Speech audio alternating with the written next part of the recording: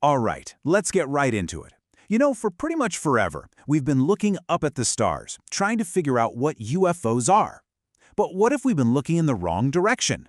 What if the answer isn't in a telescope, but in a clock? Today, we're going to unpack one of the wildest theories out there.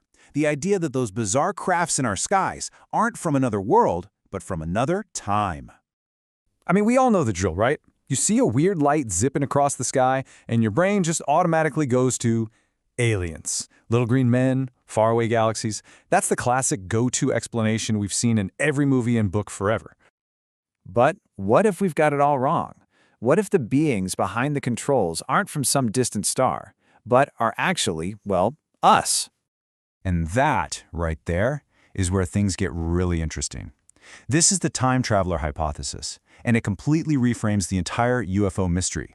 It stops being a question about space and becomes a question about time. Okay, so here's the core idea.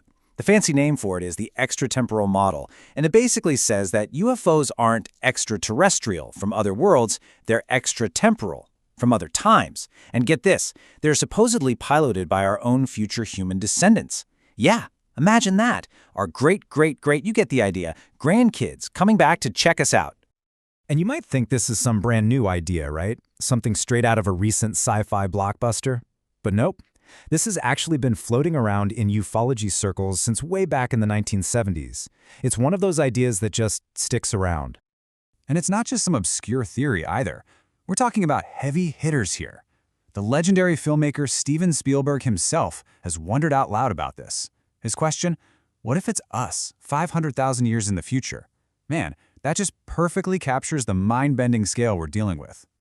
The list of people who've at least kicked this idea around is pretty wild. You've got a US congressman, a literal NASA engineer, and of course, you know it's hit the big time when shows like Ancient Aliens are covering it. It just goes to show you how this theory has seeped into all these different areas, from Washington, D.C. to pop culture.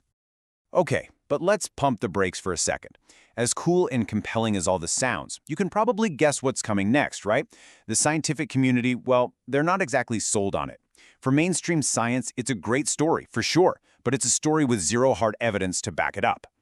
And the pushback is pretty significant. I mean, first off, there's no proof. Like, none. No future tech gadgets left behind, nothing you can test in a lab.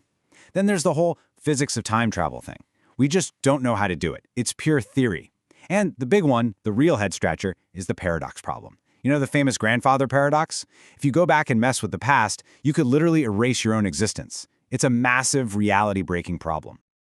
But then you have someone like the great Carl Sagan, a total giant of science.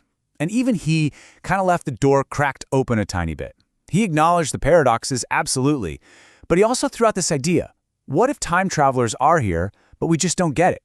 We mislabel them as UFOs or ghosts simply because we don't have the right context to understand what we're actually seeing.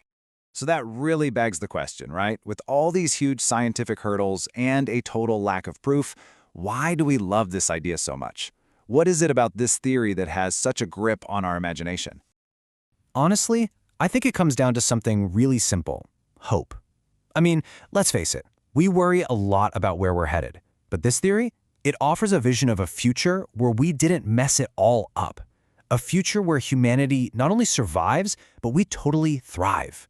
We get so advanced, we literally conquer time and can come back to see where it all started. And that's the real kicker.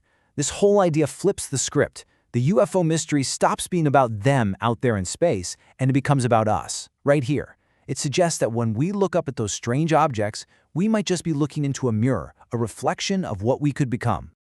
So what's the takeaway here? Look, whether you think this is a serious possibility or just some really cool science fiction, it doesn't really matter. The time traveler hypothesis forces us to think differently about our own story, our own place in the universe. It leaves you with this incredible poetic thought.